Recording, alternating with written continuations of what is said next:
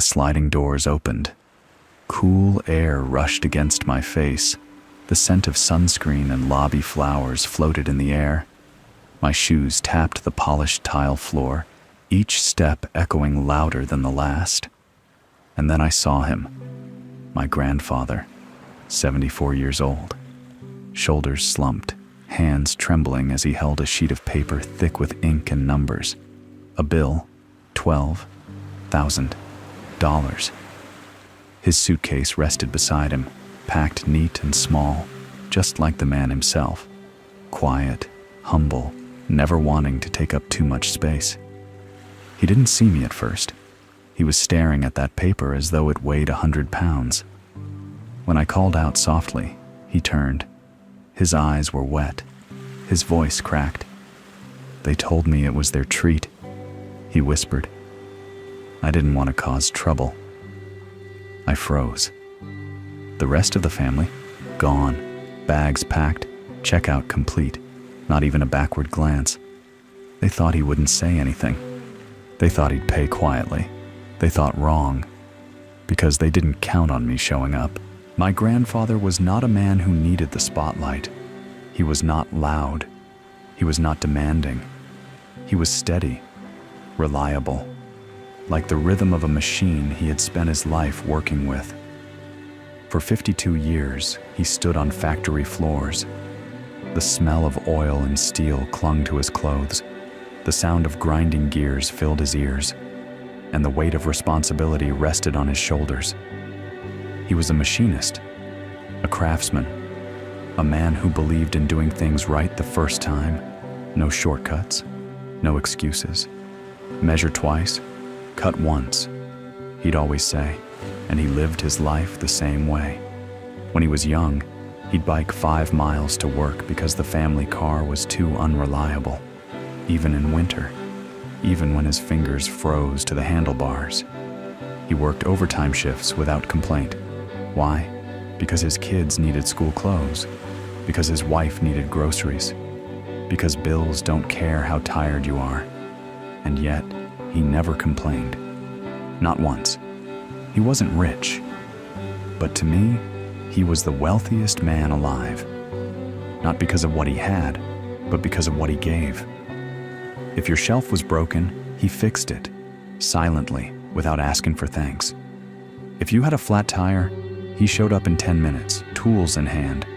If you mentioned you liked a certain candy, the next week it appeared in your mailbox. And birthdays.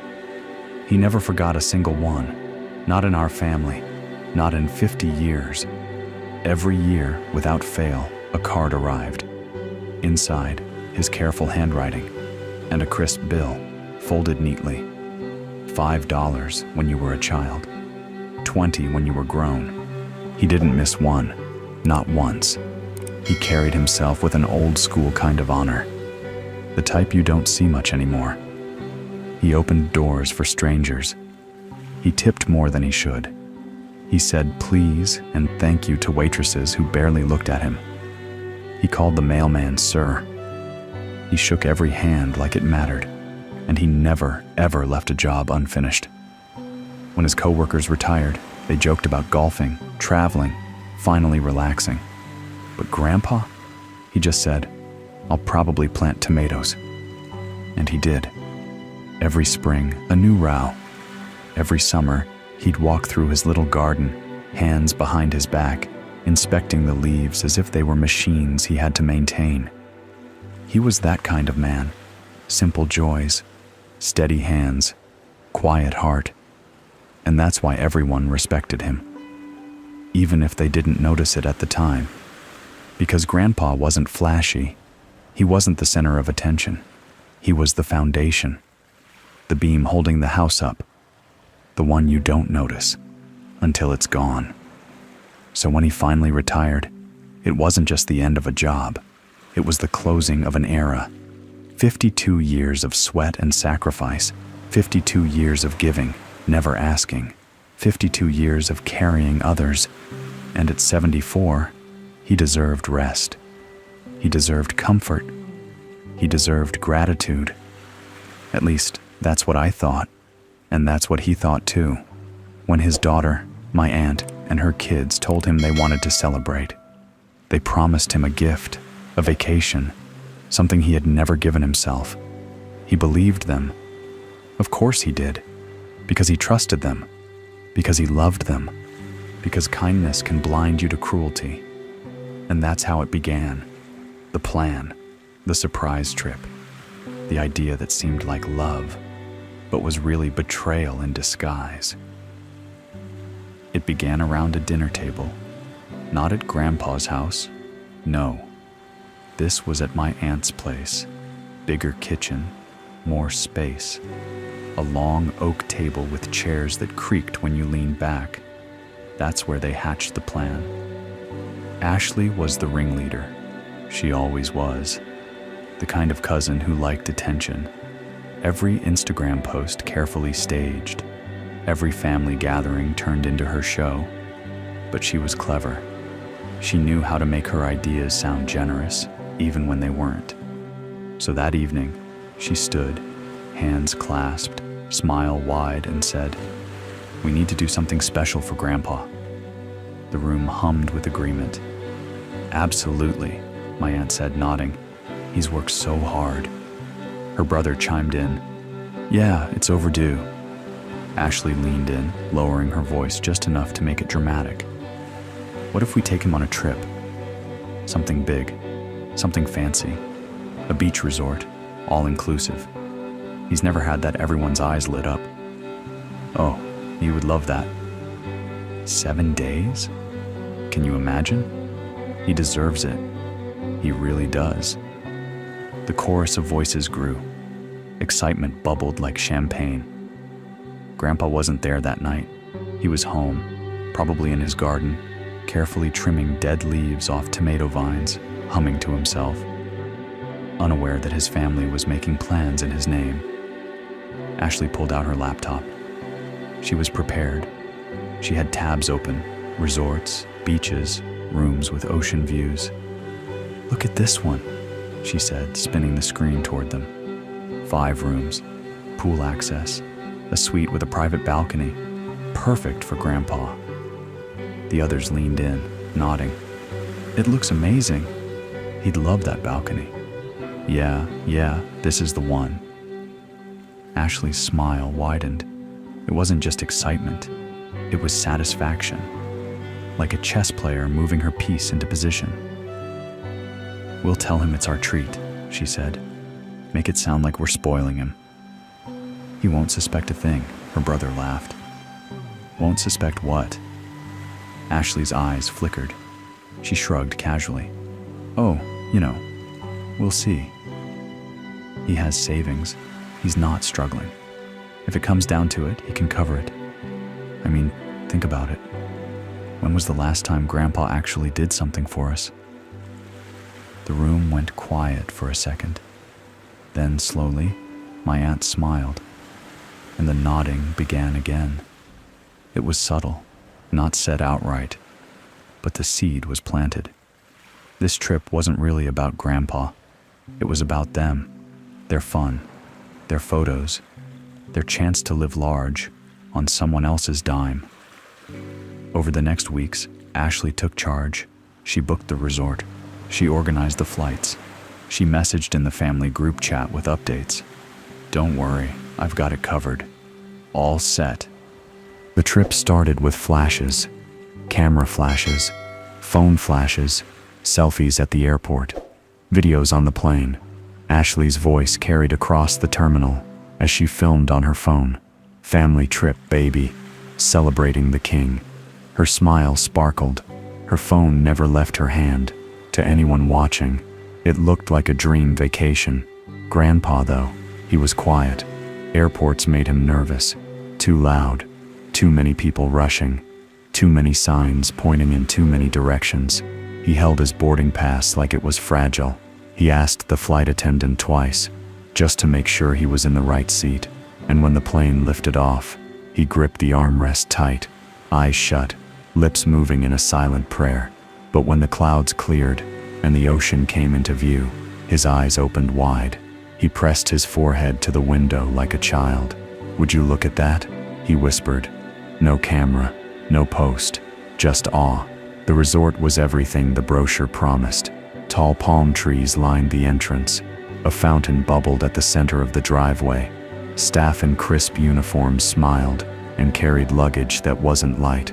Ashley strutted forward in oversized sunglasses. Her brother filmed the lobby, spinning in a circle.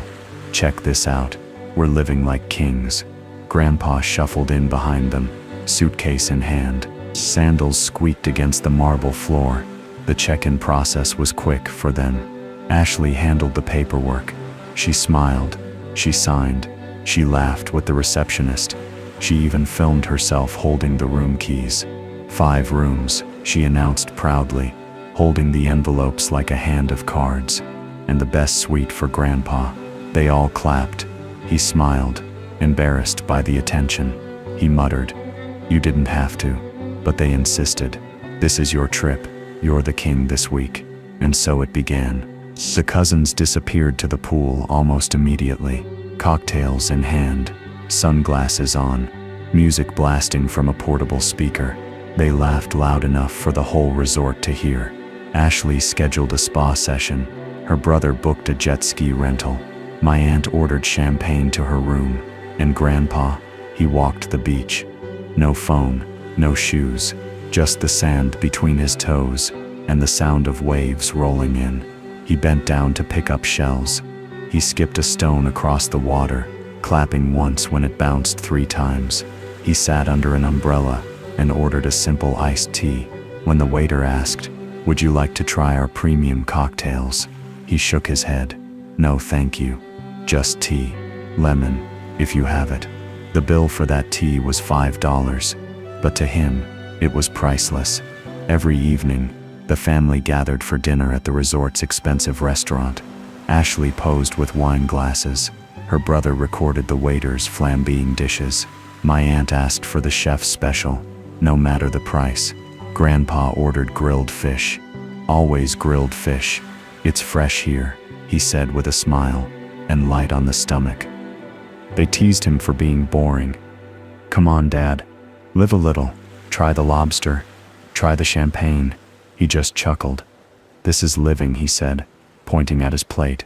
"I've got what I need." But behind the smiles, there were cracks. When the bill came to the table each night, it slid quietly toward him. Ashley would say things like, "Don't worry about it, Grandpa. It's all being handled. Just sign the room number." He hesitated, pen in hand. "Are you sure?" She'd flash that smile again. "Of course. It's all prepaid. Just routine." So he signed, trusting. Always trusting. The week flew by in photos, videos, and indulgence. Parasailing, boat tours, luxury cocktails delivered poolside, spa treatments, massages, facials, every charge, every indulgence, tied quietly to one room. His suite, and he never knew. Because Grandpa's joy came from smaller things. The morning breeze, the sunrise over the water, the chocolate milkshake he ordered once, just because it reminded him of me. He sat on the balcony each night, listening to the ocean. Sometimes he hummed an old tune. Sometimes he just sat in silence. Content. For him it was enough. For them it was never enough. And that difference would soon cost $12,000. On the surface, everything looked perfect.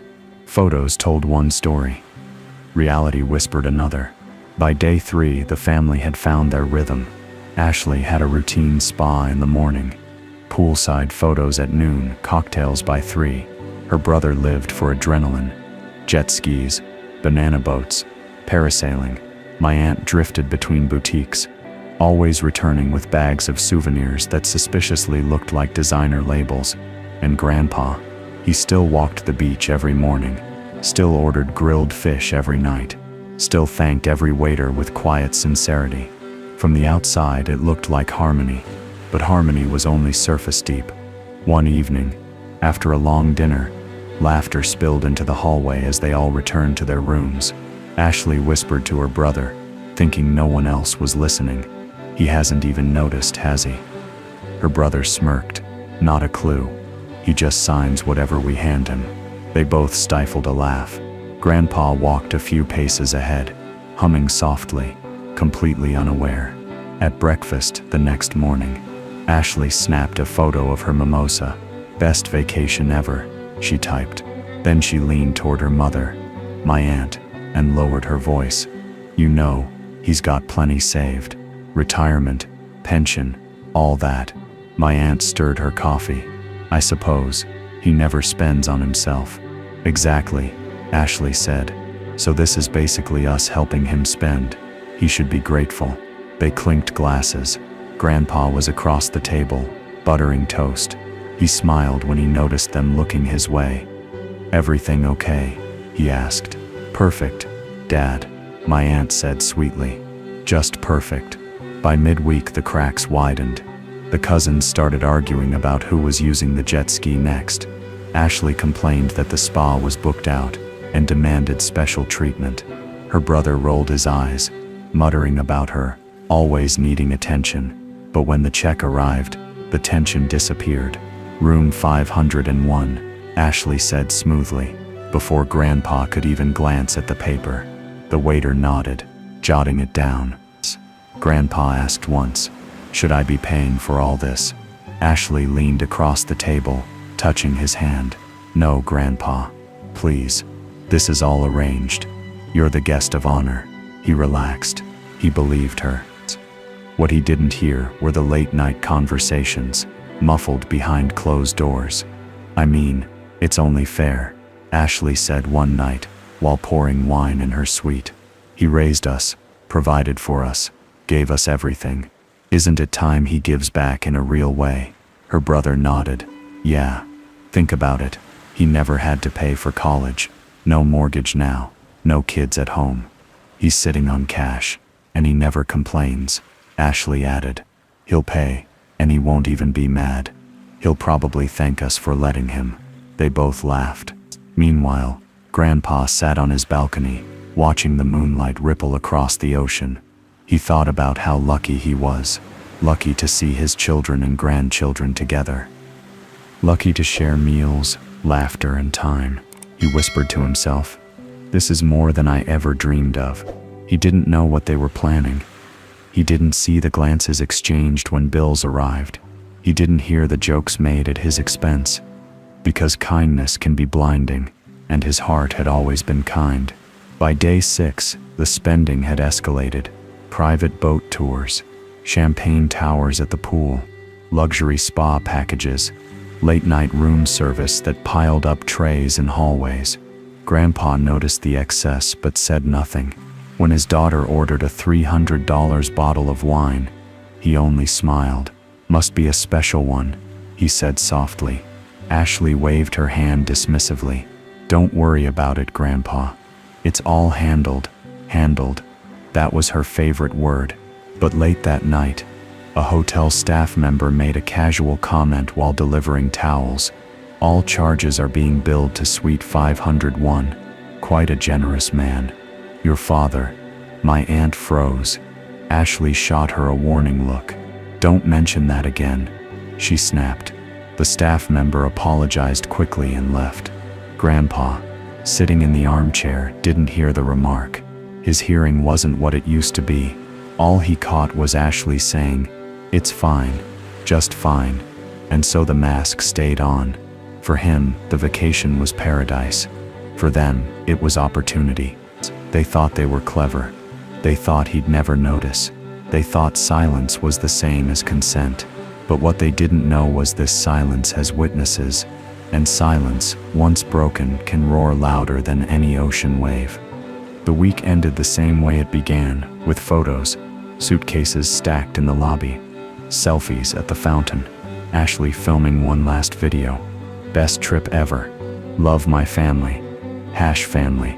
First #blessed. Their voices were cheerful, but their movements were sharp, rushed, calculated. Grandpa woke early that morning. He folded his clothes neatly, just like he always did. Each shirt pressed by hand, each sock rolled carefully. He zipped his suitcase, sat on the edge of the bed, and waited. He thought checkout meant everyone would gather, say goodbye, Maybe share one last breakfast. He thought wrong. At 10 o'clock, Ashley knocked. "Hey, Grandpa. Ready to go?" He stood quickly, smiling. Yes, just let me grab my hat." She leaned against the door frame, sunglasses already on. "Perfect. Just head down to the desk around noon. All you have to do is sign, then you're good to go. We'll meet you at the airport." He hesitated. "Shouldn't we go together?" She waved a hand. "Oh, don't worry. We've got a cab lined up. We'll see you at the gate." Then she was gone. No hug, no second glance. By 11, the lobby was alive with activity. Bellboys wheeled luggage carts toward the exit. Tourists checked out in groups, laughing about their flights home. Grandpa shuffled in with his single suitcase. He stood near the front desk, waiting for his family. He kept checking the glass doors, expecting them to appear at any moment. Minutes passed, then an hour. They never came. Finally, the receptionist called him forward. "Mr. Hayes, are you ready to settle your account?" He blinked. "My account? No. My granddaughter said it was all prepaid." The receptionist frowned politely. "I'm afraid that's not the case. The charges for all 5 rooms were billed to Suite 501. That's your suite." She slid a long sheet of paper across the counter. It was thick, itemized, dozens of lines. Room charges, spa treatments, boat tours, champagne, cocktails, designer shop bills, room service at 2 in the morning. At the bottom, total due $12,047.86. His hands trembled as he lifted the paper. He adjusted his glasses, reading slowly, line by line. "That can't be right," he whispered. They told me it was their treat." The receptionist's smile stayed fixed, but her eyes softened. "I'm very sorry, sir, but the records are clear. All charges were signed under your room number." He swallowed hard. His throat was dry. He thought about his savings, 52 years of work, tucked away carefully.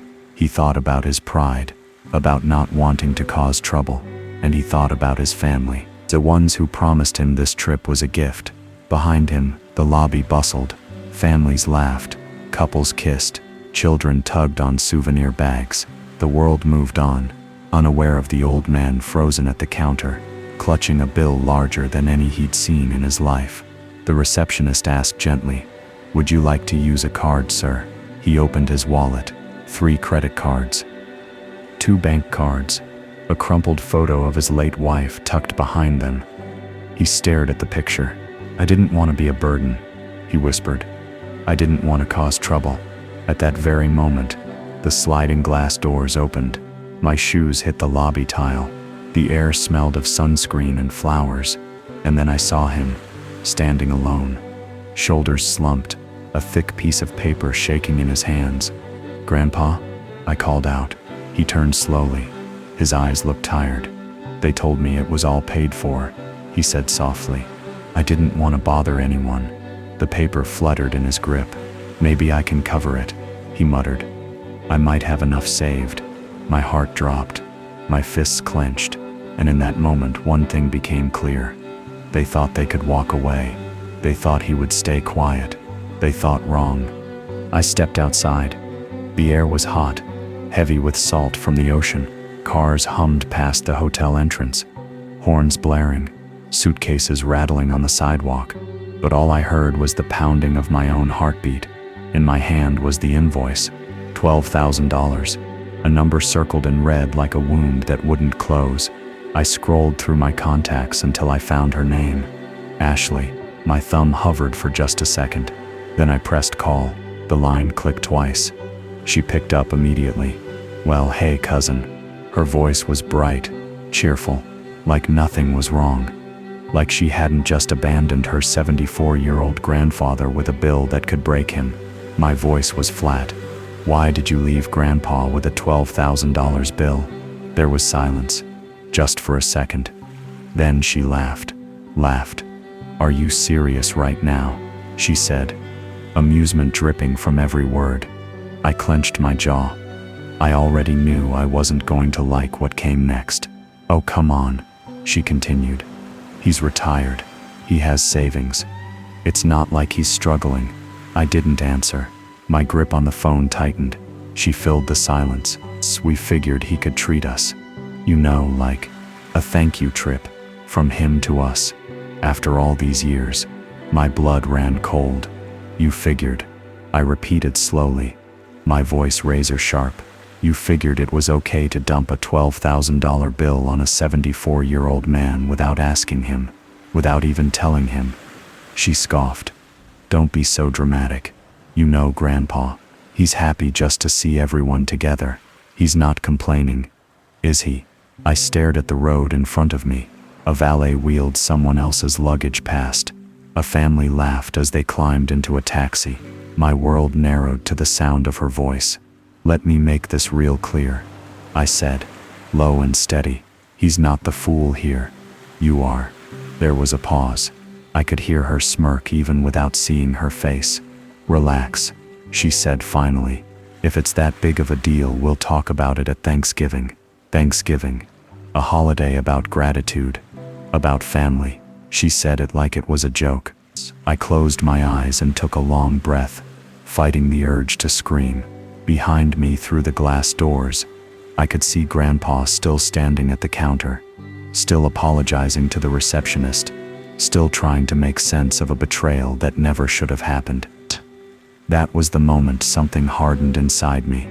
This wasn't going to be swept under the rug. This wasn't going to wait for Thanksgiving. And this wasn't going to end with Grandpa paying a single cent. I opened my eyes. My voice dropped to a whisper. You made the biggest mistake of your life, Ashley. Then I hung up. I walked back into the lobby, the automatic doors hissing shut behind me. Grandpa turned. His eyes were wide, nervous. I don't want you to. I raised my hand. It's handled. I pulled out my card. The receptionist's eyebrows rose, but she said nothing as she swiped it. As the printer spat out the receipt, I leaned forward. I'd like the itemized charges too, per room. She nodded. Of course, I also want names, timestamps for each check-in and check-out, and copies of every signature. She studied my face for a second, then nodded again. I'll email it all to you within the hour. The paper slid across the counter. I took it, folded it once, and slipped it into my pocket. Evidence, ammunition. Grandpa was still holding his suitcase, his shoulders tight like he was bracing for anger. I put my hand on his arm. I'm taking you home. But first, milkshakes. His lips twitched. The smallest smile. You always liked the chocolate ones. And just like that, the fight had begun. That night, the hotel lights flickered behind us as we sat in a small diner on the edge of town, the kind with plastic booths and menus sticky from years of use. Grandpa sipped his chocolate milkshake slowly, as though he didn't quite believe it was real. I watched him, my own glass sweating on the table in front of me. You shouldn't have paid, he said finally. His voice was quiet, rough.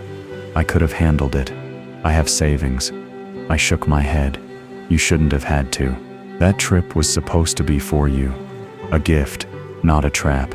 He looked down at his hands, gnarled from decades of work with machines. I just didn't want to make a fuss. I leaned forward. Grandpa, this isn't about fuss. This is about respect, about family. And right now, they've shown you none. His eyes met mine. Tired, sad, but flickering with something. Hope, maybe, or trust. That was enough. When we got home, I didn't waste time. I called an old friend, Ethan, my college roommate. He was a lawyer now, sharp as a blade, relentless as fire. He answered on the second ring. Well, haven't heard from you in months. What's up? I told him everything. The resort, the bill, the abandonment. There was silence on the line, then a low whistle. They really stuck him with 12 grand. Every penny, I said, and they walked away smiling. He didn't hesitate. Send me what you've got. We'll document everything. Paper trail is king. By morning, my inbox was full. The hotel manager had sent over everything I asked for.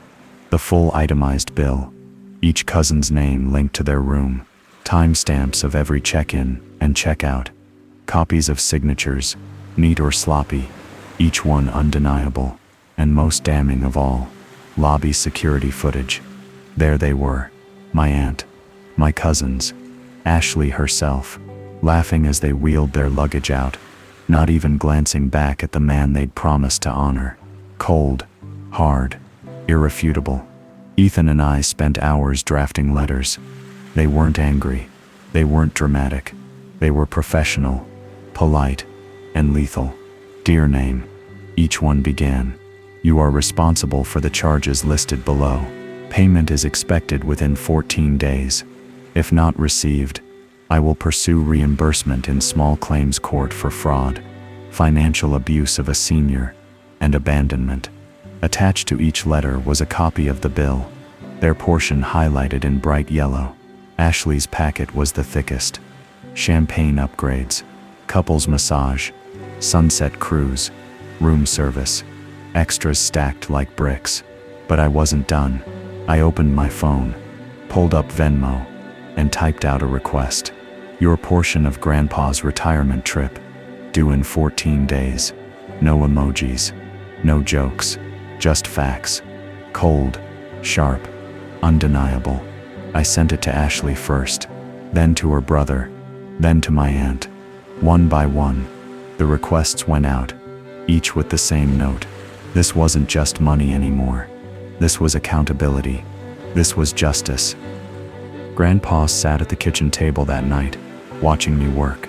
His coffee steamed in front of him. Untouched. You really think they'll pay? He asked. I glanced up from my laptop.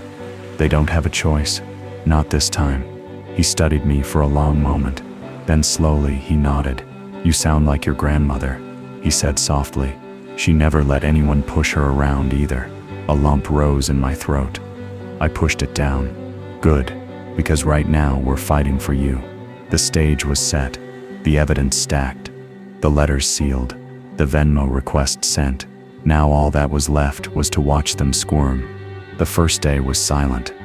No texts, no calls, no payments. The Venmo requests sat there like traps, glowing red in their notifications, waiting to be answered. Grandpa asked me over breakfast, "Do you think they even saw it?" I stirred my coffee slowly. Oh, they saw it. They just don't know how to respond.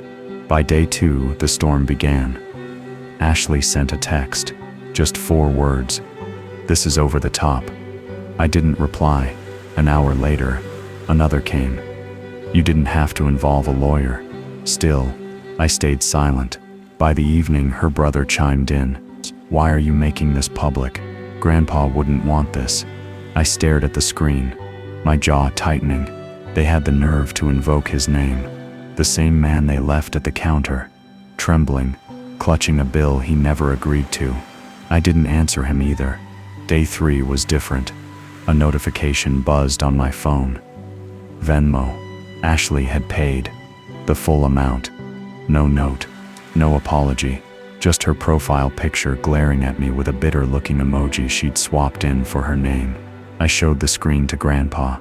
She paid, I said simply. He frowned. She didn't even say thank you. No, I answered. And she won't. Day 4 brought more texts. From my aunt this time. You're blowing this way out of proportion. It was a misunderstanding. We thought he wanted to contribute. I typed out a reply, then deleted it. The paper trail was enough. My silence was louder than any argument. That night, another Venmo notification arrived. Her portion, paid in full. By the end of the week, the dominoes had started to fall. Ashley's brother transferred his share. No words, just numbers. Another cousin followed, each one grudging, silent, unwilling to face what they had done. Grandpa watched the totals add up with wide eyes.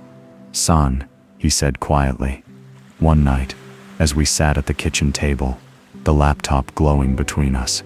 You shouldn't have done this. You shouldn't have fought them for me. I looked at him.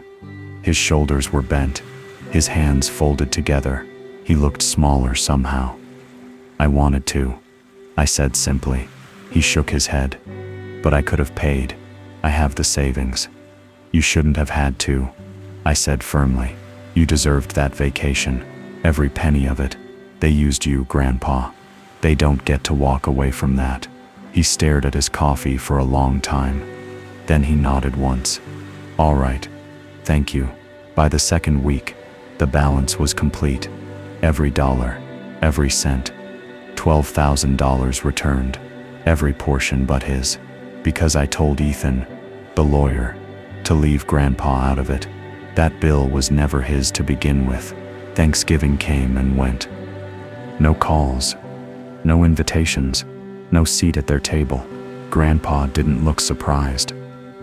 I guess I finally see who they are, he said one evening, as we watched an old Western on TV, and maybe that's a good thing. I was blind for too long. I shook my head. You weren't blind. You were just kind.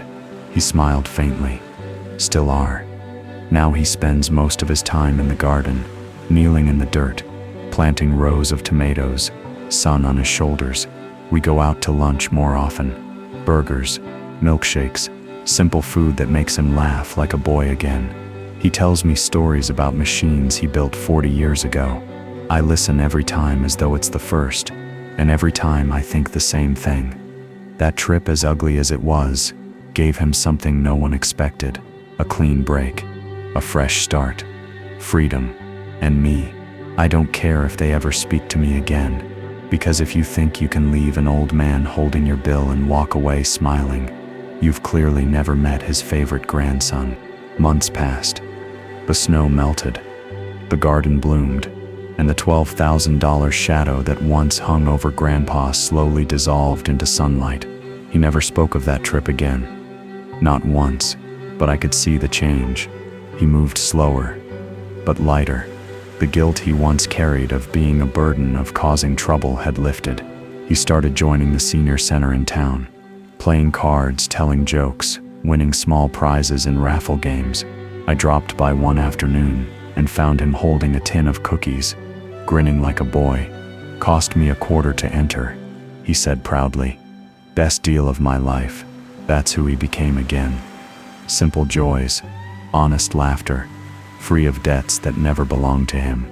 Meanwhile, the family's silence stretched on. No birthdays, no Christmas cards, no casual phone calls asking how he was. At first I worried it would break him, but one evening, as we sat on the porch watching fireflies, he said quietly, "You know, I don't miss them as much as I thought I would." He sipped his iced tea, eyes on the horizon. Sometimes, absence is the clearest answer a person can give. I didn't argue. I just sat beside him, letting the quiet fill the air. As for me, I carried something else from that summer, a sharper sense of justice.